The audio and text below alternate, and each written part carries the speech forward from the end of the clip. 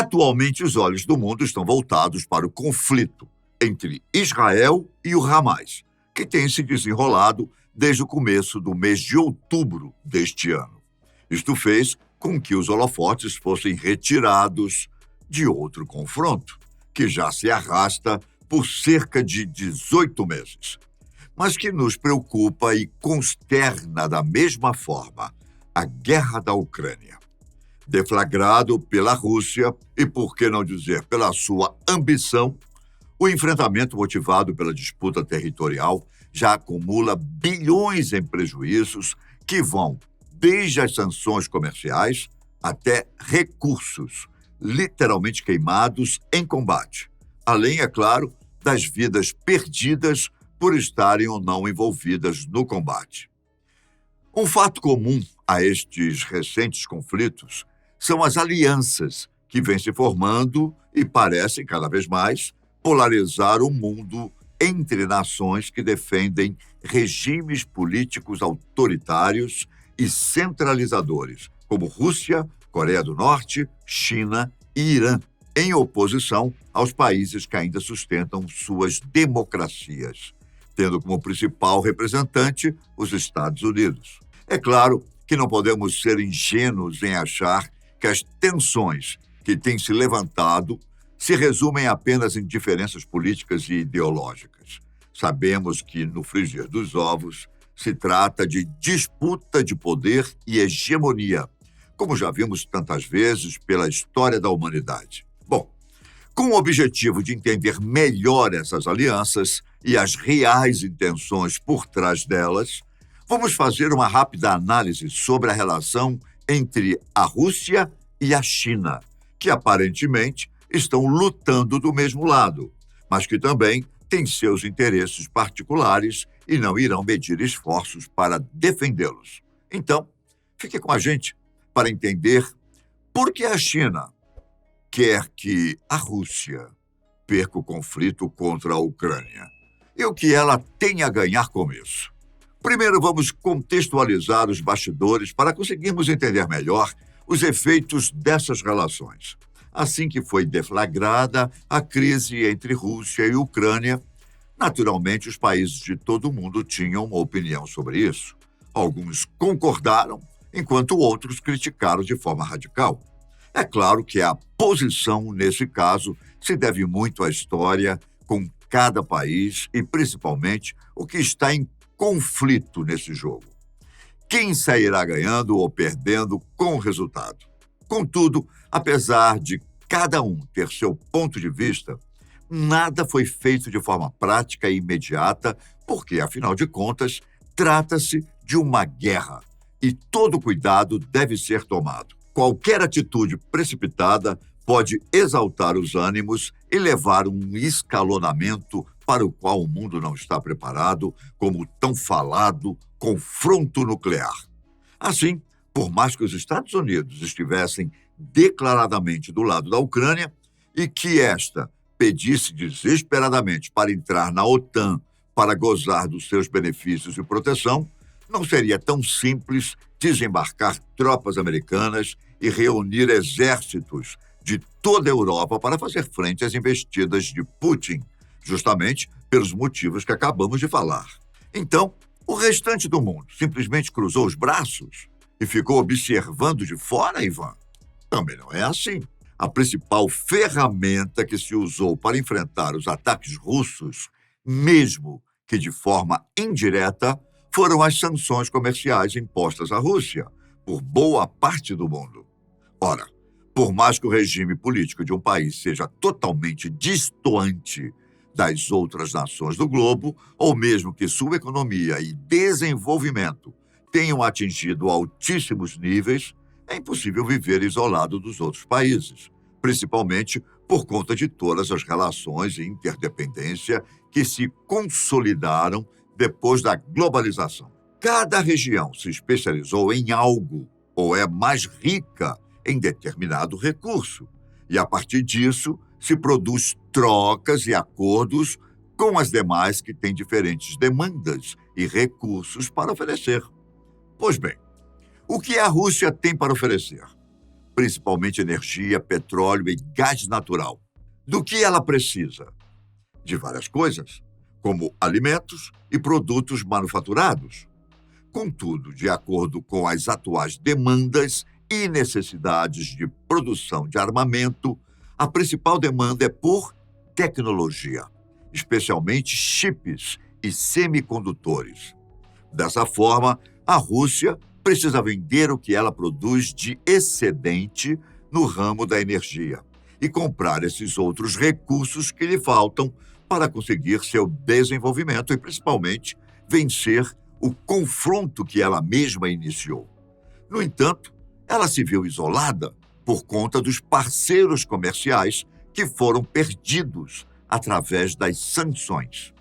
De imediato, isso não foi uma questão, visto que o país é uma das grandes potências mundiais. Mas, como dissemos no início, o conflito já se estende por 18 meses e os problemas começaram a aparecer. O fornecimento dos recursos russos se mantiveram em uma escala global apenas para evitar uma crise energética no mundo todo, mas não são suficientes para ela obter lucro. Assim, um dos seus principais parceiros comerciais, que se consolidou depois do conflito, foi a Índia, o que está longe de resolver seus problemas. Isso porque, sabendo da necessidade russa, o governo indiano exigiu que as transações passassem a ser feitas em rúpias. Como sabemos, a maior parte das operações comerciais do mundo são realizadas em dólar ou euro, o que deixa a Rússia com uma quantidade massiva da moeda indiana em seu território, mas que tem pouquíssima expressão no mercado internacional. Além disso, a Rússia não precisa de grande parte dos recursos que a Índia pode lhe oferecer, o que deixa ainda mais restritas as formas para se utilizar a moeda. E para deixar as coisas ainda mais graves para as relações internacionais da Rússia, as sanções sobre as vendas de semicondutores fizeram com que o país buscasse desesperadamente pelos chips, até mesmo em equipamentos eletrodomésticos, sendo inclusive forçada a comprar drones do Irã em acordos que favorecem fortemente o país muçulmano. Parece que o mundo, de forma geral, descobriu que, embora a Rússia seja uma grande exportadora de armas, ela depende muito das relações e dos acordos com outros países para que isso seja feito. Uma consequência da globalização, como vimos. Sozinha, sua produção é bem limitada, assim como sua tecnologia, que não é capaz de fazer algo muito superior ao que já era feito no século passado. Por isso, muitos dos países que toparam acordos mais recentemente com Putin estão se beneficiando muito, como aconteceu com a Índia e o Irã, e principalmente com a China, que veremos a seguir. Aqui as coisas ficam mais complexas de verdade. Como sabemos, a China é uma das principais, se não a principal, produtoras e fornecedoras de chips e semicondutores que abastecem todo o mercado internacional. Muito provavelmente, os componentes usados para construir o smartphone ou computador que você está usando para assistir esse vídeo foram produzidos lá. É claro que a Rússia sabe disso e não demorou para realizar acordos que atenuassem, ao menos em parte, o isolamento provocado pelas sanções. E sabendo das necessidades russas, a China também não tardou para conseguir extrair vantagens dessa relação. A começar pelas transações financeiras, que, assim como acontece com a Índia, são realizadas a partir da moeda chinesa, o yuan, que cresceu muito nos últimos anos, sendo a moeda mais usada pela China nas transações transfronteiriças pela primeira vez na história. O yuan subiu para 2,7% das reservas globais de câmbio em 2022, o que também é um recorde, ainda que não expressivo o suficiente para as reservas que vão se estabelecendo na Rússia, juntamente com as rúpias indianas. Mas essa é só a ponta do iceberg. Primeiro porque, enquanto a Rússia anuncia para os 4 cantos do mundo sua parceria sem limites com a China, o país asiático veio a público dizer que não é bem assim e que essa ligação tem suas restrições. A China tem seus principais parceiros econômicos no Ocidente e não pode colocar a perder essa relação. Aqui já vemos que esse vínculo não se baseia tanto pela proximidade ideológica, e sim por interesses que, como veremos a seguir, são ainda mais profundos. A China tem um certo ressentimento do acordo com a antiga superpotência da União Soviética, da qual a Rússia foi uma das protagonistas. Além disso, o país asiático também se lembra dos territórios anexados pelo Império Russo em meados do século XIX, o que gerou uma série de tratados desproporcionais e a perda de uma região conhecida como Manchúria.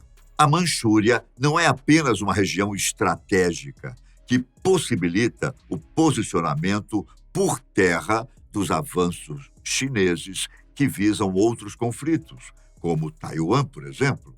Ela também é uma área rica em recursos energéticos e, principalmente, água. Com as crises de secas significativas enfrentadas pela China recentemente, esse é o principal recurso visado. Por mais que isso não seja amplamente discutido atualmente, as movimentações chinesas para a conquista desse território já começaram. Há uma intensa migração para a região. Uma fábrica chinesa de engarrafamento de água já se estabeleceu por lá.